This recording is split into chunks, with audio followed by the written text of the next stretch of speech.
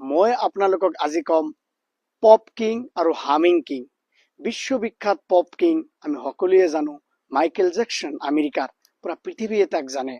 Michael জেকসনৰ হত্যা কেনেকৈ হৈছিল আজিলৈকে গুগলত বা ইউটিউবত যদি আপোনালোকে চায় তেনেহ'লে দেখিবলৈ পাব মাইকেল জেকসনৰ লগত কি হৈছিল।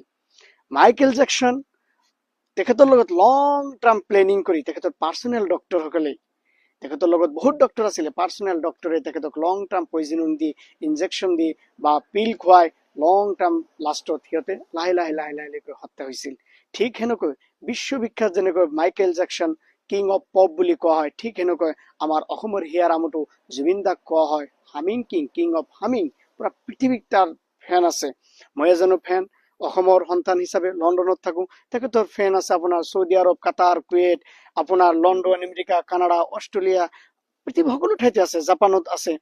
সেই জুবিন গাৰ্গৰ লগত কি হ'ল, তেখেতৰ অৰ্থাৎ আপোনাৰ গৰিমা বৌৰ বিজাও নহ'ল, সকলোৰে বিজা হ'ল, সিদ্ধাৰ্থৰ বিজা হ'ল, মহন্তৰ বিজা হ'ল, সকলোৰে তেখেতৰ লগত যে বিজা হ'ল।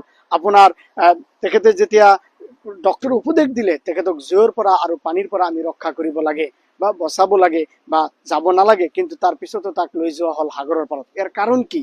মোৰ এটা বিশ্বাস, পৃথিৱী বিখ্যাত যেনেকৈ মাইকেল জেকসনৰ লগত যেনেকৈ লং টাৰ্ম প্লেনিং কৰি যেনেকুৱা কৰা হৈছিল, হত্যা কৰা হৈছিল, আমাৰ হিয়াৰ আমঠু cultural icon of Assam Zubeen দাৰ লগত এনেকুৱা হৈছে।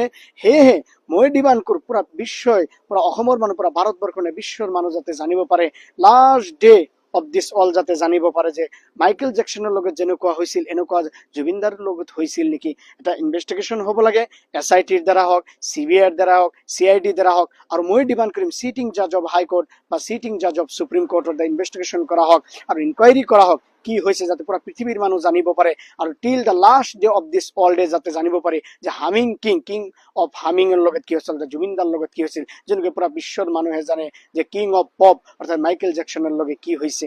আশা কৰিম এজন জুবিনৰ ফেন হিচাপে, অসমৰ বাসিন্দা হিচাপে অতি সোনকালে এইটো ইনভেষ্টিগেশ্যন কৰিব লাগে আৰু সত্যটো উদঘাটন হ'ব লাগে। Be happy, stay happy and healthy. Thank you very much.